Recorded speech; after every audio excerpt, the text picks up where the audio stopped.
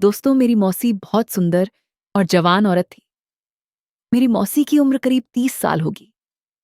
लेकिन मेरी मौसी को देखकर कोई यह नहीं कह सकता था कि वह 30 साल की है। एक दिन रात में मौसी ने मुझे अपने कमरे में बुलाया। उस दिन मेरे मौसा घर पर नहीं थे। तब मेरी मौसी ने मुझसे कहा, मुझे अकेले सोने में बहुत डर लगता है। ऐसा कहकर मौसी ने मुझे अपने कमरे में सुला लिया। उसके बाद मेरे साथ जो हुआ, उसे हम कभी सोच भी नहीं सकते थे। तो चलिए दोस्तों, कहानी को शुरू करते हैं। नमस्ते दोस्तों, आज की इस कहानी में आपका स्वागत है। दोस्तों, मेरा नाम रवि है। दोस्तों, मेरे मम्मी पापा के गुजरने के बाद मेरी जिंदगी पूरी तरह बदल गई, क्योंकि मेरे फैमिली में अब कोई भी नहीं है और अब कोई भी रिश्तेदार मुझे अपने पास रखने को तैयार नहीं था। उस समय मेरी उम्र लगभग 16 साल थी। जब मेरे मम्मी पापा का अंतिम संस्कार हुआ, तब मेरे सारे रिश्तेदार मुझे अकेला छोड़कर चले गए। मुझे समझ नहीं आ रहा था कि अब मैं क्या करूं। तभी मेरी मौसी ने फैसला किया कि वह मुझे अपने घर ले जाएगी। मौसी ने कहा, तू मेरी बहन की आखिरी निशानी है, मैं तुझे अकेला नहीं छोड़ सकती। लेकिन मेरे मौसा को यह पसंद नहीं आया। वह गुस्से में बोले, मैं इसका पालन पोषण नहीं कर सकता, इसे किसी अनाथालय भेज देना ही ठीक रहेगा। यह सुनकर मुझे बहुत बुरा लगा, क्योंकि अब मेरा भविष्य मेरे हाथ में नहीं था, बल्कि दूसरों के फैसलों पर निर्भर था। मगर मौसी ने हाथ जोड़कर मौसा से कहा, आप इसे अकेला कैसे छोड़ सकते हैं? रवि पहले ही बहुत दुख झेल चुका है। लेकिन मौसा तब भी मुझे अपने साथ ले जाने के लिए तैयार नहीं थे। मौसा ने कहा, रीना, तुम्हें तो पता ही है कि मेरी कमाई बहुत कम है। उसमें घर चलाना भी मेरे लिए बहुत मुश्किल हो रहा है, और अब मैं इसकी जिम्मेदारी कैसा ले सकता हूं? तब मौसी ने कहा, हम इसके घर को किराए पर लगा देंगे और भाई साहब की दुकान भी किराए पर दे देंगे। इससे रवि की परवरिश में अपार कोई बोझ नहीं पड़ेगा। तब मौसा ने कोई जवाब नहीं दिया, बस सिर हिलाकर हां कह दिया। लेकिन उनके चेहरे से साफ लग रहा था कि वह अभी भी खुश नहीं थे। आखिरकार मैं मौसी के साथ उनके घर आ गया। अब मेरी मौसी मेरी बहुत देखभाल करने लगी, लेकिन वह मेरी देखभाल सिर्फ इसलिए कर रही थी ताकि उसकी जरूरतें पूरी हो सके। वैसे मेरी मौसी का घर 5 कमरों का था। उसमें से एक कमरा मुझे दे दिया गया, जो बहुत छोटा था। उसमें सिर्फ एक सिंगल बेड और एक अलमारी थी। मेरे घर और दुकान मौसी ने किराए पर दे दिया था। उसी पैसे से उन्होंने मेरे लिए कपड़े खरीदे और कॉलेज में मेरा 12वीं में एडमिशन करा दिया। लेकिन मेरा मन पढ़ाई में बिल्कुल नहीं लगता था। कॉलेज में भी मन नहीं लगता था। हर समय माँ पिताजी की याद आती थी। तब मैं अक्सर अकेला रहता और किसी से ज्यादा बात भी नहीं करता। एक दिन मैं अपने कमरे में बैठा, माँ पापा को याद करके रो रहा था। तभी मौसी अंदर आई। मौसी ने मुझे रोते हुए देखा और मुझे अपने पास खींच लिया।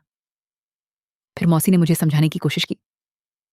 मौसी ने कहा, चिंता मत करो, सब धीरे धीरे ठीक हो जाएगा, तुम्हारा दुख भी कम हो जाएगा। ऐसा कहकर उसने मेरे पीठ पर हाथ फेरना शुरू कर दिया। कुछ देर बाद अचानक मुझे अजीब सा महसूस होने लगा। मेरे पूरे शरीर में एक अजीब सी सनसनी दौड़ गई और मैं डर गया। तब मेरे दिमाग में हजारों सवाल घूम रहे थे। अब क्या होगा? इस स्थिति से कैसे बाहर निकलूं? तभी मौसी ने फिर से मेरी पीठ पर हाथ फेरना शुरू कर दिया। तभी मैंने महसूस किया कि उसने नीचे कुछ भी नहीं पहना था। उस समय मौसा घर पर नहीं थे। वैसे भी मौसा को आने में हमेशा देर हो जाती थी। लेकिन उस दिन मैंने हिम्मत करके मौसी को खुद से दूर कर दिया। तब मैं मौसी की आंखों में देखने से बचने की कोशिश किया, लेकिन तभी उसने मेरे हाथ पकड़ लिया। फिर वह मेरे हाथ पर लगी चोट को देखने लगी, क्योंकि 2 दिन पहले एक छोटा सा हादसा हुआ था, जिससे मेरे हाथ में हल्की चोट आई थी। मौसी ने कहा, यह तो बहुत गहरी चोट है, मैं दवा लगा देती हूं। मगर मौसी के इस व्यवहार से मुझे अजीब लगने लगा था। मैंने उसे रोकते हुए कहा, नहीं, मैं खुद दवा लगा लूंगा। उस दिन के बाद से मौसी के व्यवहार में बड़ा बदलाव आने लगा। अब वह घर में छोटे और तंग कपड़े पहनकर घूमने लगी। सुबह के काम निपटाकर मौसी मेरे कमरे में आ जाती और सहारा देने के बहाने कभी मेरे कंधे, कभी मेरी पीठ, तो कभी मेरी कमर पर हाथ फेरने लगती। मैं हर बार उसका हाथ हटा देता, लेकिन वह पीछे नहीं हटती थी। एक दिन उसकी हरकतों से मुझे बहुत गुस्सा आ गया। मैंने साफ कह दिया, मौसी, मेरी देखभाल करना बंद, गिलास साफ करने की आवाज करो। मैं अब ठीक हूं और जो कुछ हुआ उसे भूल चुका हूं। अब गिलास साफ करने की आवाज। मुझे पढ़ाई करनी है, प्लीज मेरे कमरे से बाहर जाओ। तब मेरी बात सुनकर मौसी थोड़ी चौंक गई, लेकिन उसने अपना व्यवहार नहीं बदला। जाते जाते वह मुस्कुराकर बोली, रवि, आज रात तुम्हारे लिए तुम्हारे पसंद की खाना बना रही हूं। तब मैंने सीधे मना कर दिया और कहा, नहीं, मुझे नहीं चाहिए। आप मौसा की आर्थिक स्थिति देखते हुए खाना बनाओ। उन्होंने मुझे यहां रहने दिया, यही मेरे लिए बहुत बड़ी बात है, और मुझसे इस तरह की फरमाइश मत करो। तब मैं गुस्से में बोल रहा था, लेकिन मौसी ने मुझे शांत करते हुए कहा, तू मेरे लिए बहुत खास है, मैं तुझे कभी अकेला नहीं छोड़ सकती हूं। इतना कहकर मौसी कमरे से बाहर चली गई। रात को जब मौसा घर आए और टेबल पर खाना देखे तो गुस्सा हो गए।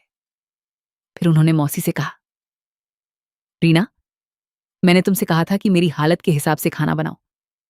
मेरे पास इतने पैसे नहीं है कि मैं किसी को भी कुछ भी बनाकर खिला सकूं। तब मौसा की ये बातें सुनकर मुझे बहुत बुरा लगा। तभी मैं प्लेट में खाना लेने ही वाला था, लेकिन उनके शब्दों ने मेरी भूख खत्म कर दिया। तभी मौसी ने देखा कि मैंने खाना की प्लेट अलग सरका दिया, तो इस पर वह बोली, रवि बेटा, तुम इनकी बातों पर ध्यान मत दो। फिर वह मौसा से बोली, ये खाना तुम्हारे पैसों से नहीं बनी है, ये रवि के घर और दुकान के किराए के पैसों से बनी है। ये सुनकर मौसा कुछ और गुस्सा आ गया। उन्होंने कहा, अगर अब तुम इस तरह हिसाब रखने लगी हो तो ठीक है। ये खाना मेरे पैसों से नहीं बनी, तो मैं इसे क्यों खाऊंगा? इतना कहकर वह गुस्से में उठकर चले गए। तभी मौसी ने गुस्से में कहा, तुम इस तरह का तमाशा क्यों कर रहे हो? मैंने कब कहा कि तुम इसे मत खाओ? तब मौसा गुस्से में अपने कमरे में चले गए। इधर मैं भी बहुत परेशान हो गया, क्योंकि एक तरफ मौसा मुझसे हमेशा गुस्से में रहते थे और दूसरी तरफ मौसी मेरे साथ अजीब हरकतें करने का मौका ढूंढती रहती थी। अगर मौसा को यह पता चल जाता कि हमारे बीच ऐसा कुछ हो रहा है, तो वह मेरे और मौसी के साथ क्या करेंगे? यह सोचकर ही मेरे रोंगटे खड़े हो जाते थे। तब मैं यह सब सोचते हुए अपने कमरे की तरफ बढ़ा। तभी मौसी ने मेरा हाथ पकड़ लिया और बोली, छोड़ो ना, उनका तो रोज का ही ड्रामा है। तुम बस बैठो, तुम्हारे लिए ही मैंने खासकर स्पेशल खाना बनाई है, और मेरी इच्छा ना होते हुए भी मुझे उसे खाना पड़ा। फिर मैं खुद ही अपनी थाली में खाना लेने लगा। तभी मौसी बोली, आज मैं तुम्हें अपने हाथों से खिलाऊंगी। फिर वह एक को और मुझे खिलाती और दूसरा खुद खा लेती। तब उसकी नजरें अजीब तरह से मुंह पर थीं। वह मेरी मौसी थी, लेकिन उसकी हरकतें देखकर मेरे मन में अजीब अजीब ख्याल आने लगे। तभी वह बोली, रवि, तुम्हें देखकर लगता ही नहीं कि तुम सिर्फ 16 साल के हो, बल्कि तुम तो किसी फिल्म के हीरो जैसे लगते हो। दोस्तों, मौसी भी किसी हीरोइन से कम नहीं थी, लेकिन उसकी हरकतें बहुत अजीब थीं। शायद इसी वजह से वह मुझसे इतनी करीब आने की कोशिश कर रही थी। मौसी की शादी को 8 साल हो चुके थे, लेकिन अभी तक उनका कोई बच्चा नहीं हुआ था, और शायद इसीलिए वह और मौसा हमेशा झगड़ते रहते थे। जब भी मौसा घर आते तो किसी ना किसी बात पर दोनों में बहस हो जाती थी। एक दिन मैं नहाकर वॉशरूम से बाहर निकला और बाल पहुंचते हुए अपने कमरे में चला गया। तभी मौसी मेरे कमरे में आई और बोली, रवि, नाश्ते में क्या खाओगे? तब मैंने जवाब दिया, मौसी, जो रोज बनता है वही खा लूंगा। इतना कहकर मैं फिर से तोले से अपने गीले बाल पोंछने लगा। तब जल्दी में होने के कारण मैंने तौलिया टेबल पर ही रखा और कॉलेज के लिए तैयार होने लगा। तभी मौसी मेरे पास आई और बोली, तुम्हें तो अपनी देखभाल करनी भी नहीं आती। फिर उसने मेरा हाथ पकड़कर मुझे बेड पर बैठा दिया और खुद तौलियां लेकर मेरे बाल पोंछने लगी। तब मुझे यह सब बहुत अजीब लग रहा था, क्योंकि मैं अब छोटा बच्चा नहीं था कि मौसी मेरे सारे काम करे। मैंने उसे रोकने की बहुत कोशिश किया, लेकिन तभी अचानक दरवाजा खुला और मौसा सीधे कमरे में आ गए। मौसा यह सब देखकर गुस्से में लाल हो गए।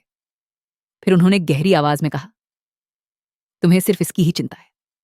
बाहर आओ और मुझे नाश्ता दो, मुझे देर हो रही है। इतना कहकर मौसा गुस्से में कमरे से बाहर चले गए। तब मैंने तुरंत मौसी से कहा, मैं खुद अपना सिर पोंछ सकता हूं, आप जाइए और मौसा को नाश्ता दीजिए। फिर मैंने मौसी के हाथ से तौलिया झटके से लिया और बेड पर फेंक दिया। फिर जल्दी से अपने बाल ठीक किया, कॉलेज बैग उठाया और बिना नाश्ता किए घर से निकलने लगा। जैसे ही मैंने दरवाजे से बाहर कदम रखा, मौसा की तेज आवाज सुनाई दी। तेरे दिमाग में गोबर भरा है क्या? रवि अब छोटा बच्चा नहीं रहा, वह जवान लड़का है और तू बेधड़क उसके कमरे में घुसी चली आती है। मुझे सब समझ में आ रहा है। तुम दोनों क्या कर रहे हो? तब मौसा की इन बातों ने मेरे कदम वहीं रोक दिए। एक पल के लिए तो मैं कुछ समझ ही नहीं पाया। फिर मेरे दिमाग में तरह तरह के ख्याल आने लगे। फिर सोचने लगा कि मेरे साथ यह सब क्या हो रहा है, लेकिन मुझे कुछ भी समझ नहीं आ रहा था और मौसा की बातें मुझे बहुत अजीब लग रही थी। मैं फिर सोचने लगा कि शायद मौसा गुस्से में यह सब बोल रहे हैं। उस दिन मेरा किसी भी काम में मन नहीं लग रहा था। शाम को जब मैं घर लौटा तो मैंने शांति से बैठकर सोचा और फैसला किया कि मुझे जल्दी से जल्दी अपने पैरों पर खड़ा होकर इस घर से निकल जाना चाहिए। लेकिन जो कुछ उसके बाद हुआ उसने मेरे होश ही उड़ा दी। रोज रात को मौसी मुझे दूध और बादाम देती थी और कहती थी, इसे खाकर सो जाओ, इससे तुम्हारा शरीर तंदुरुस्त।